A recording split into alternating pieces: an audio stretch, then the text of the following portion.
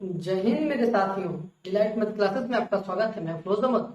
दोस्तों, आज हम प्रश्नावली 4.1 का दूसरा सवाल आज हम बेहतरीन तरीके से हल करने का प्रयास करेंगे, जो कि केवल करना क्या है, द्विघात समीकरण के रूप में निरूपित करना है। निरूपित करने का मतलब ये होता है कि केवल द्विघात समीकरण आप बना देना है। मतलब कैसे रूप में होना चाहिए, ए एक्स रुक जाओ a x square plus b x plus c बराबर 0 के पद में होना चाहिए। मतलब इस रूप में होना चाहिए। इस ऐसे बना के मुझे छोड़ देना है, बस हल नहीं करना है। तो आइए हम सवाल को ढंग तरीके से, मस्त तरीके से हल करने का प्रयास करते हैं। यदि मेरे दोस्त यदि मेरे चैनल पर नए हो तो सब्सक्राइब करना ना भूलना, ठीक है। ठीक, चलो, अगर वीडियो पसंद आया हो तो लाइक कर देना, लास्ट तक बने रहो, ठीक है। क्या कह रहा है पहला सवाल कि एक आयताकार भूखंड का क्षेत्रफल, एक आयताकार भूखंड का क्षेत्रफल 528 मीटर स्क्वायर है। क्षेत्र की लंबाई और चौड़ाई, क्षेत्र की लंबाई है वह चौड़ाई से दो गुनी से एक अधिक है। जो लंबाई है उसकी चौड़ाई के दो गुनी से एक अधिक है। भैया रे, जब मुझे मालूम नहीं है तो हम मानेंगे माना। चौड़ाई कितना है, चौड़ाई यक्स मीटर है। कितना, यक्स मीटर। जब चौड़ाई यक्स मीटर है तो बोल क्या रहा कि लंबाई जो है चौड़ाई के दो गुने से एक अधिक है। तो हो गया कि नहीं हो गया, बोल मतलब सही है। देखो, चौड़ाई यक्स है तो ये दो गुने से एक अधिक है कौन, लंबाई। तो भैया मान लिए हम कि 2x+1 होगा। अब क्या, आयत का क्षेत्रफल तुम्हें मालूम होना चाहिए कि आयत का क्षेत्रफल होता है लंबाई गुणे चौड़ाई होता है। क्या होता है, लंबाई गुणे चौड़ाई। लंबाई कितना है, 2x+1, 2x+1 और फिर चौड़ाई कितना है, यक्स। और ये क्षेत्रफल दिया कितना है, 528 दिया है। तो इसके बराबर लिख देंगे 528 लिख देंगे, ठीक है। अब देखो, अब करें क्या मेरे लाल, इसका गुना इसमें कर देंगे। 528 इक्वल टू ये क्या करना हो जाएगा, 2x² प्लस यक्स हो जाएगा। ये इधर प्लस में इधर आएगा तो माइनस में हो जाएगा। तो 2x² plus x minus 528 equal to 0। देखो लाल, ये इस रूप में आया कि नहीं आया, जो लिखे थे कहाँ चला गया, मिटा दिए। ax² plus bx plus c equal to 0 इस रूप में मुझे दिखना चाहिए, जो कि मुझे दिख रहा। हमें हल नहीं करना है, प्रश्नावली 4.1 में मुझे हल नहीं करना है, अब बस उसको निरूपित करके छोड़ देना है। तो इतना बात याद रखो, ठीक है। बात समझ में आई ना, चलो तो देख लो इसको। अगला क्वेश्चन क्या कर रहा है, अगले क्वेश्चन की तरफ चलते हैं। बदलते रहो मेरे लाल। क्या करा कि दो क्रमागत धनात्मक पूर्णांक का गुणनफल 306 है। तो पूर्णांक को ज्ञात करना है, मत केवल पूर्णांक को ज्ञात करने के रूप में बना के छोड़ देना है, तो नहीं करना। मतलब दो धनात्मक क्रमागत, जहां क्रमागत आ जाए, जहां क्रमागत की बात करता है, क्रमागत का मतलब क्रम से आने वाली संख्या। तो दो क्रमागत यदि मैं मान लेता कि माना पहली पहली क्रमागत संख्या यक्स तथा दूसरी क्रमागत संख्या x+1 होगी। क्यों, क्रम से आई है ना। देखो, एक के बाद दो आता है, इसका मतलब एक में एक जोड़ा जाता है। तीन के बाद पांच चार आता है, तीन में एक जोड़ा जाता है तब चार आता है। इस प्रकार ये यक्स है तो हम x+1 करेंगे तो क्रमागत संख्या निकल के आ जाएगी। अब क्या बोल रहा, इसका जो गुणनफल है प्रश्नानुसार, प्रश्न के अनुसार करना क्या है मेरे दोस्त, इन दोनों का आपस में क्या कर देना है, गुणा कर देना है। यक्स गुने x+1, आई गुना करने के बाद किसके बराबर है, 306 के बराबर है। गुना कर दो, यक्स गुना x में x² plus x equal to 306। जब प्लस में इधर आएगा तो माइनस में x² प्लस यक्स माइनस 306 बराबर 0। यही तुम्हारा क्या है, द्विघात समीकरण के रूप में बना के छोड़ देना है। बात समझ में आई कि नहीं समझ में आई, समझ में आई ना। ये मेरे लाल, यदि में वीडियो अच्छा लगा हो तो मस्त तरीके से सब्सक्राइब करके जाना है, ठीक है। चलो अगला क्वेश्चन देखते हैं।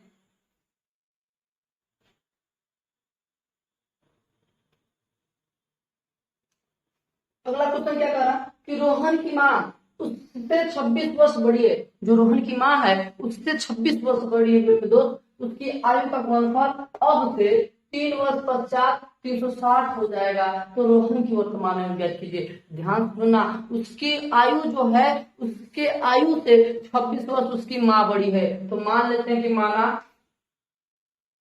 सोल्यूशन, क्या सोल्यूशन मान लेते हैं कि माना रोहन की आयु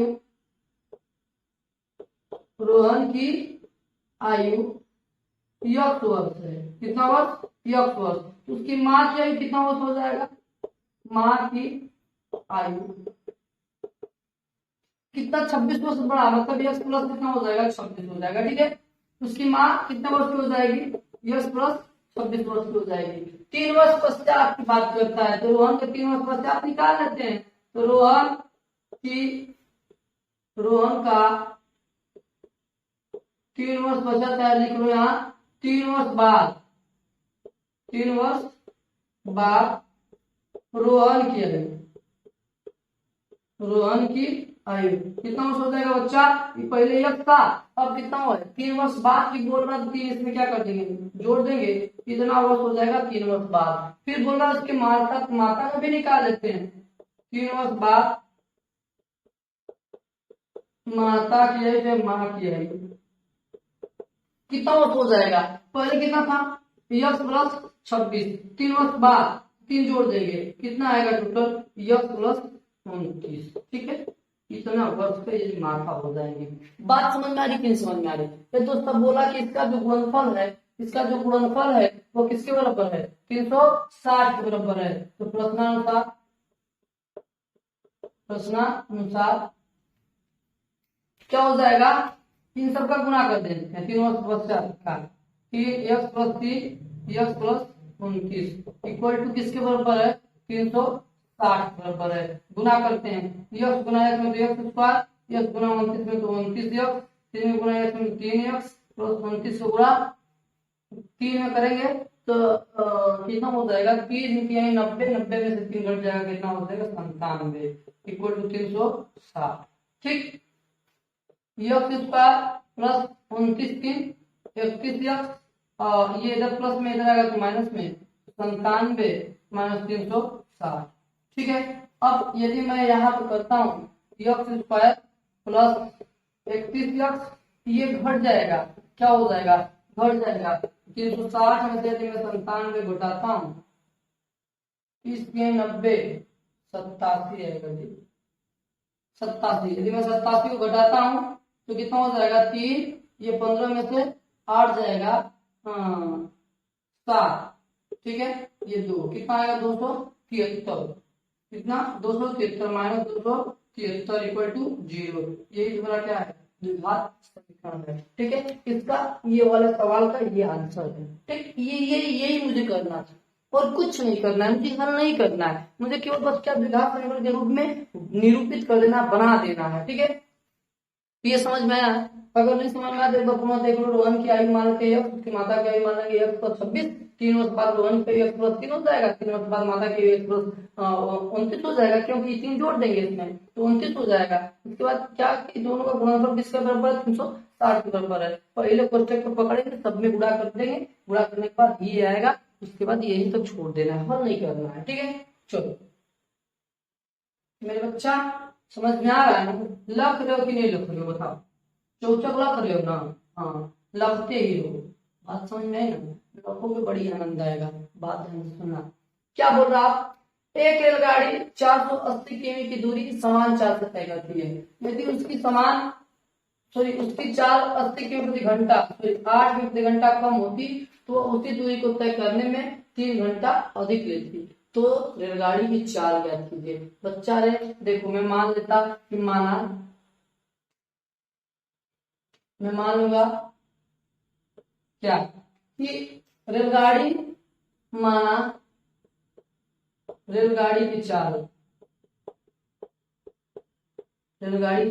चाल यक्स किमी प्रति घंटा। ठीक है, मैंने मान लिया है। दूरी समान है, दूरी दिया है कितना? दूरी बराबर 400 80 किलोमीटर। ठीक है, और समय, पहले समय निकाल रहे थे कि जब x किमी प्रति घंटा के चाल से चला था तो दूरी कितना, दूरी 80 किलोमीटर कितने समय में तय किया। समय निकाल लेते हैं। समय क्या होता है, दूरी बटा के 4। ठीक है, दूरी कितना है 480 और 4 कितना है यक्स, कितना हुआ 480 बटा के यक्स किलोमीटर, सॉरी ये समय है ना, बस आवर्स में आएगा। ठीक, अब बोला कि यदि उसकी चाल यदि 8 किमी प्रति घंटा कम होता, कितना 8 किमी प्रति घंटा कम होता, तो उसी दूरी को तय करने में 3 घंटा अधिक लेती। इसका मतलब ये निकाल लेते हैं कि नया चाल पहले x से चल रहा था, 8 कम हो गया तो कितना हो जाएगा x माइनस 8 किमी प्रति घंटा।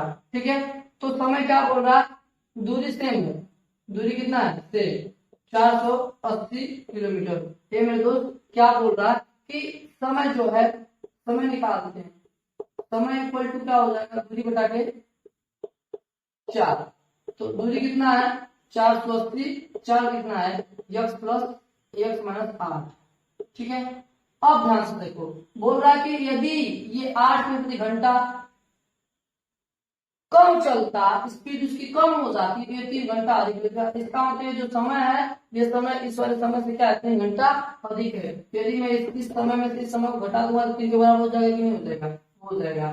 तो क्या हो जाएगा 480 बटा के x माइनस 8 माइनस घटा देते हैं। ठीक है, 480 बटा के x इक्वल टू 3 के बराबर हो जाएगा। ये भी घंटा, ये भी घंटा, ये भी घंटा, फिर गुणा कर देते हैं 480x माइनस इसका गुणा इसमें करेंगे 480x, 8 गुना इसमें करेंगे तो माइनस माइनस प्लस, 8 के 64 के 4 और 6, 8 के 32, 32 6 38, कितना 38 40। ठीक है, बटा के इसका गुना इसमें x square minus 8x equal to कितना 3। इसका गुणा इसमें करेंगे, ये देखो कट जाएगा, ये कटने के बाद इसका इसमें गुणा करेंगे तो 3x स्क्वायर माइनस 8 लिखे 24x इक्वल टू 3840। ये तो प्लस में इधर आएगा तो माइनस में 3x square minus 24x minus 3840 equal to 0। इसी के रूप में मुझे क्या करना था, कन्वर्ट करना था। मेरे दोस्त एक बात ध्यान से सुन ले मेरे बच्चा, यदि ये तुम्हें समझ में आया हो तो लाइक सब्सक्राइब शेयर करना। और देखो ये प्रश्नावली जो है ना समाप्त हो गई है। ठीक है, 4.1 समाप्त हो गई है।